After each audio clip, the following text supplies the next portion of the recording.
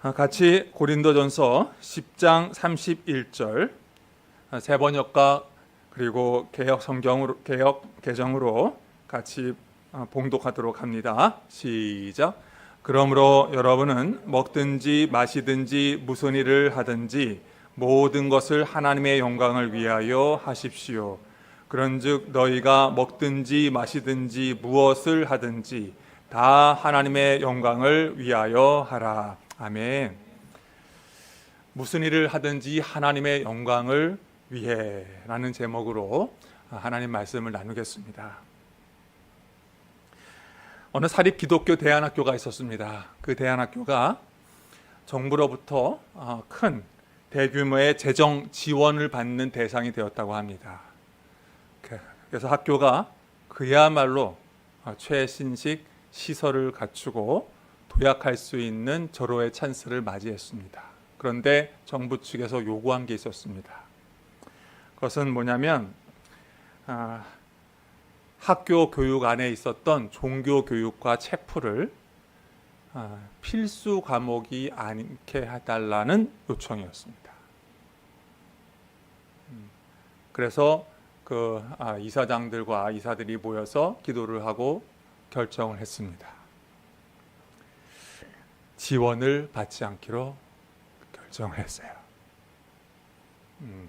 비록 학교가 화려해지지는 않더라도 한 영혼이라도 하나님 말씀대로 가르치고자 하는 원래의 그 학교의 그 취지를 붙들기로 한 것입니다.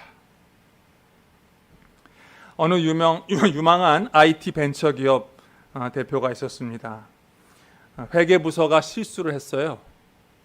그래서 세금을 적지 않은 금액, 수억 원의 세금이 누락됐다는 것을 알게 됐습니다. 그런데 공교롭게도 그때 또 자금이 또 많이 필요했던 상황이에요. 대표가 결정을 합니다. 하나님의 기업을 하나님의 방법대로 해야 한다. 그래서 자진 세금 보고를 하고 가산세까지 냈습니다. 그런데 그것이 오히려 도움이 돼서 아는 사람들에게는 신뢰받을 수 있는 기업이 되는 토대가 됐다고 합니다. 어느 가정에 아이가 셋이 있는 가정에 심각한 지체장애 아이를 입양하기로 결정합니다. 사람들이 묻습니다. 왜 사서 고생하냐고. 그때 그 부모가 이렇게 이야기했다고 합니다. 이 아이에게 하나님의 조건 없는 사랑을 흘려보내는 것이 우리 가정에 있어서 가장 큰 영광이기 때문에 그렇습니다.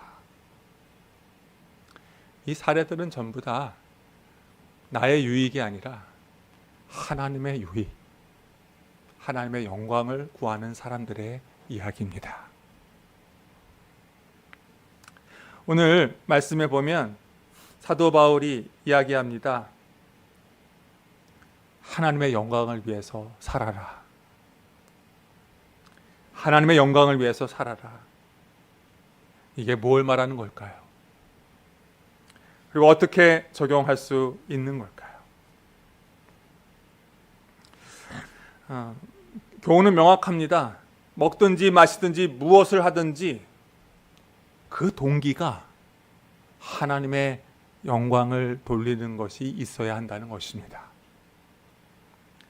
우리는 어떤 일을 할 때, 어떤 특정한 행동을 할 때 동기가 많이 있습니다.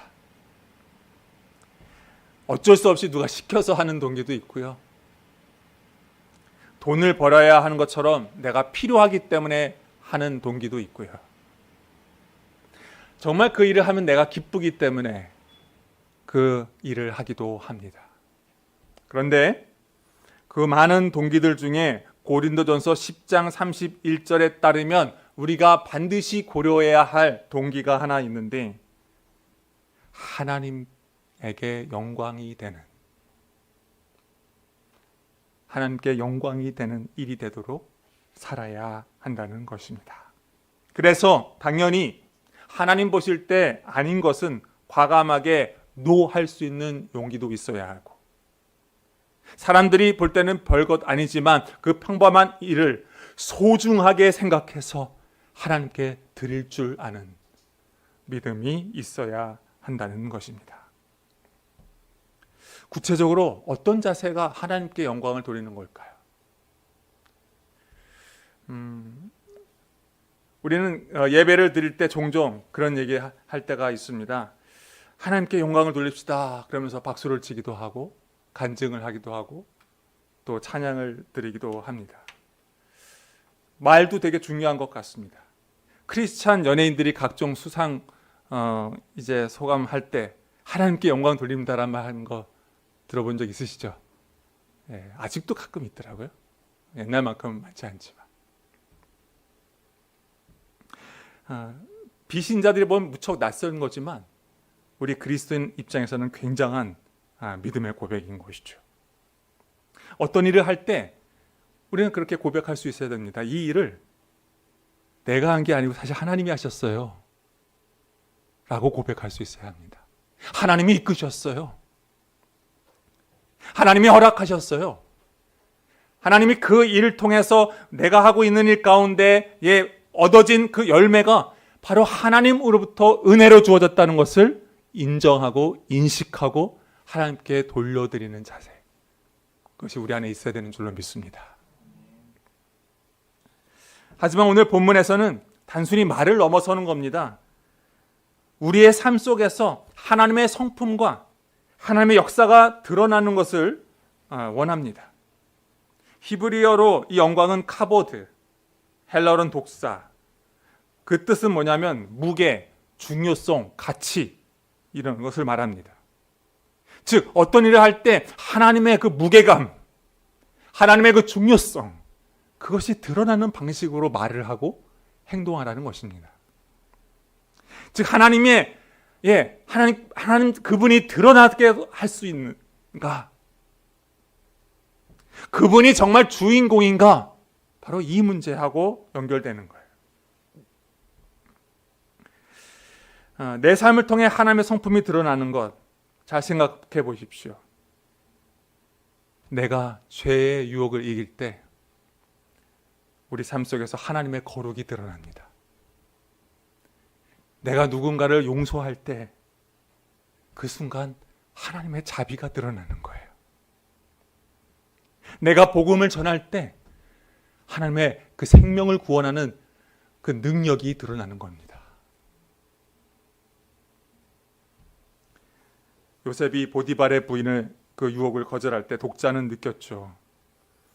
와, 보이지도 않는 하나님의 그 거룩함을 요셉은 보고 있었던 거예요. 그래서 찔리는 거예요. 요셉 이야기는 하나님은 보이지 않아요. 근데 요셉의 그 삶이, 그 믿음이 하나님을 드러내요.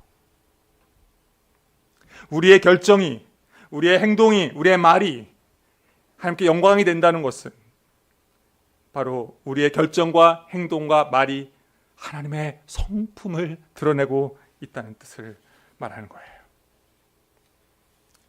종종 이런 분이 계실 수 있습니다. 특히 MZ세대, 여기는 MZ세대가 없네요. 한 명 있나? MZ 같지가 않아요. 거의 뭐 성숙해서. 자율과 자유를 중요시 여기니까 제가 지난번에 감동받았던 게 있었어요. 다음 세대 모임 하는데 그 비트모였군요. 그때 모임할 때 책을 읽고 나누는데 한 아이가 그런 얘기하는 거예요. 자기는 내가 하고 싶은 걸 좋아하는 스타일인데 그 책에서 순종이란 단어가 많이 나오고 그게 찔렸다는 거예요. 나는 순종하는 걸 잘 못하는데. 정확하게 MG 코드를 꼬집은 거예요. 하나님께 영광을 돌리며 살아 이러면요, MZ 세대들 다 그런 건 아니지만 좀 뭔가 이렇게 답답해해요. 나는 어디 갔지? 이렇게 생각하거든요. 큰 오해입니다. 사람이 사랑에 빠지면요, 나 중심이 안 되고 상대방 중심이 됩니다. 제가 아내하고 데이트할 때 제가 회사는 안양이었고 아내 집은 일산이었어요. 그땐 차가 없어서 갔는데 2시간 반이었습니다. 2시간 반이 훅 지나갔어요. 사랑에 빠질 때 그래요. 하나님께 사랑이 빠지면 어떻게 돼요? 그분을 높이고 싶어요. 그분을 위하고 싶어요.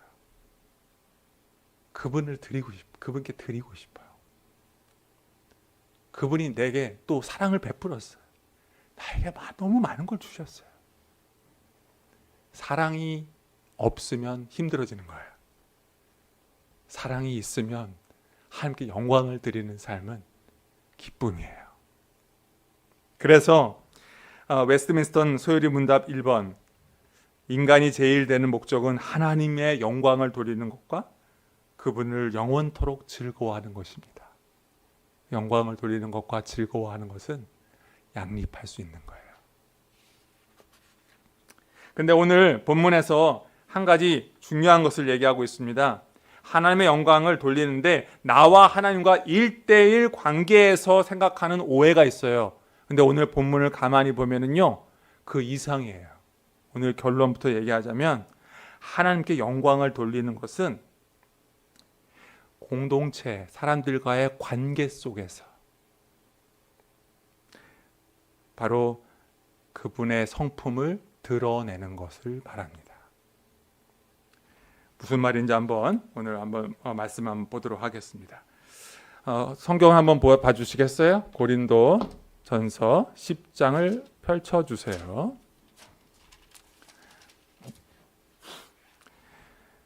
이 고린도전서 8장, 9장, 10장에 굉장히 중요한 이슈가 하나 있습니다. 고린도란 도시는요, 우상 숭배가 무척 강력한 도시였어요. 어느 정도냐면 고린도 도시에도 정육점이 많았어요. 그런데 그 정육점에 통용되는 고기들이 상당 부분이, 다는 아니지만 상당 부분이 우상 그 신전에서부터 흘러나오는 거예요. 그러니까 몇몇 성도들이 고민을 했습니다. 과연 이런 고기 우리 먹어도 되나? 의견이 갈려요. 아니, 우리는 창조자는 믿는데 그거 상관없어, 마음껏 먹어도 돼. 자유한 쪽이 있었고요. 한쪽은 그거 우상 숭배 드렸던 거 먹어도 되는 건 아닌 것 같은데 하면서 거절하는 쪽도 있었습니다. 큰일 났어요. 갈등이 있습니다. 그때 사도 바울이 이런저런 얘기하다가 굉장히 중요한, 오케이, 이번 기회에 정말 우리 삶에 정말 중요한 기준 하나 얘기해 줘야 되겠다. 그게 바로 오늘 그 말씀이었던 거예요. 여러분, 먹든지 마시든지 무슨 일을 하든지 모든 것을 하나님의 영광을 위해서 하십시오가 그 맥락에서 나오는 거예요. 그런데 이 하나님의 영광을 위하여 사신다가 우리 10장 23절부터 33절 그 문맥을 한번 보시면 23절 맨 뒤에 보시면 이런 표현이 나와요. 모든 것이 다 덕을 세우는 것은 아닙니다. 뭐와 관련돼 있어요? 덕을 세우는 것과 관련돼 있어요. 24절에 보면 자기의 유익을 추구하지 않고 남의 유익을 추구하는 것과 관련돼 있어요. 32절에 부정적인 용어는 이런 겁니다. 사람들에게 걸림돌이 되지 않기를 바라는 거예요. 심지어 33절에 보면 내가 그렇게 섬겨서 다른 사람들에게 덕이 돼서 그들이 구원을 받을 수 있게 하는 것, 이것이 바로 뭐냐면은 하나님의 영광을 위하여 살아가는 방식인 거예요. 아주 구체적으로 한번 이야기해 볼게요. 고기 문제. 사도 바울이 이렇게 이야기합니다. 한번 보시면 25절이에요. 시장에서 파는 것은 양심을 위한다고 하여 그 출처를 묻지 말고 무엇이든 다 먹으십시오. 뭐냐면 개인적으로 그 고린도 정육점에 가가지고 그 고기가 있잖아요. 그거 출처 물어볼 필요가 없다는 거예요. 우린 창조자 하나님을 믿으니까. 그러니까 사서 하나님이 지으신 그 고기를 편하게 먹으라는 거예요. 개인적인 차원에서는 전혀 문제가 안 되는 거예요. 그런데 27절 한번 보시기 바랍니다. 27절에 보면 불신자들 가운데 누군가 우리를 초대했어요. 거기 갔더니 고기가 있네. 그럴 때도 그 고기가 어디 왔는지 굳이 묻지 말고요, 감사한 마음으로 먹으라는 거예요. 이웃과 화평을 이루고 함께 영광이 되기 때문에 거기서 문제를 삼을 필요가 없다라고 말을 하고 있습니다. 그런데 28절이 문제예요. 그러나 어떤 사람은 뭔가 약한 그리스도인이에요. 그 약한 그리스도인이 뭐냐면은 우상 제물이 있는데 그 우상 제물을 나는 먹으면은 어려울 것 같아라고 생각하는 사람이었어요. 그럴 때는 어떻게 하냐면 그 알려준 사람, 이거는 제사에게 올리는 음식 같은데 그래서 마음에 꺼리낌이 있으면 그분의 그 마음을 인정해주고 보호해주라는 거예요. 그래서 어떻게 하면 먹지 말라는 거예요. 그래서 사도 바울이 뭐라고 얘기했냐면은 우리 8장 한번 가보시겠어요? 8장에 보면 사도 바울이 우리는 마음껏 먹을 수 있어 해놓고 13절에 음식이 내 형제를 걸려서 넘어지게 하는 것이면 그가 걸려서 넘어지지 않기 위해서 나는 평생 고기를 먹지 않겠습니다. 이렇게 얘기하고 있는 거예요. 무슨 얘기를 하냐면 이겁니다. 우리가 하나님께 영광을 돌린다는 건 뭐냐면 그만큼 우리의 관계 속에서 서로를 배려하는 것. 그 사람의 믿음이 잘 성장할 수 있도록 배려해 주는 것. 서로 그거 갖고 싸우는 것이 아니라 그 사람을 존중히 여기는 것. 그것이 바로 하나님께 영광을 돌리는 방식이라는 거예요.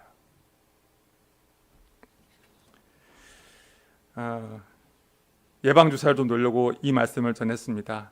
이제 저희가 온빛교회와 참빛교회가 이제 갑니다. 그러면 스타일이 같을까요? 엄청 다를 겁니다. 문화적 차이도 있을 겁니다. 사역하는 방식도 다를 겁니다. 교회의 그 섬기는 방식도 엄청 다를 거예요.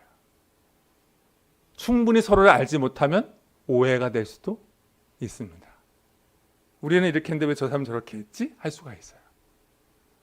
근데 그 공동체나 저희나 마찬가지로 뭐만 생각하면 된다? 하나님께 영광. 정말 이게 하나님께 영광이 되는가?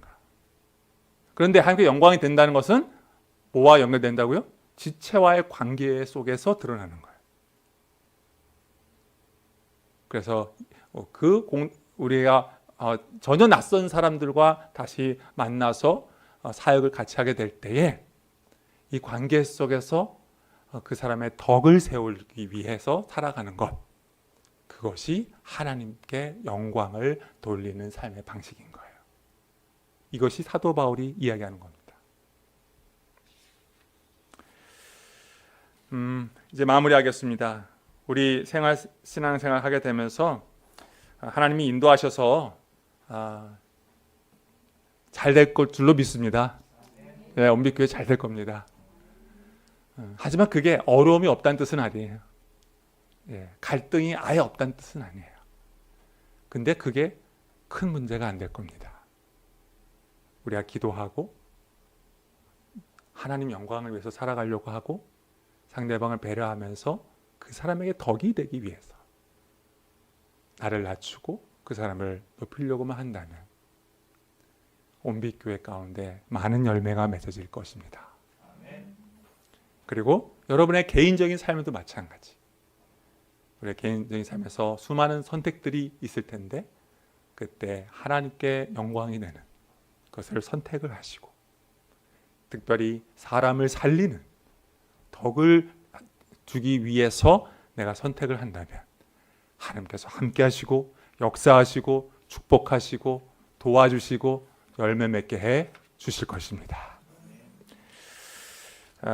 같이 한 번 더 우리 새번역 개역개정 한번 크게 한번 외치고 마칩니다. 시작. 그러므로 여러분은 먹든지 마시든지 무슨 일을 하든지 모든 것을 하나님의 영광을 위하여 하십시오. 그런즉 너희가 먹든지 마시든지 무엇을 하든지 다 하나님의 영광을 위하여 하라. 아멘.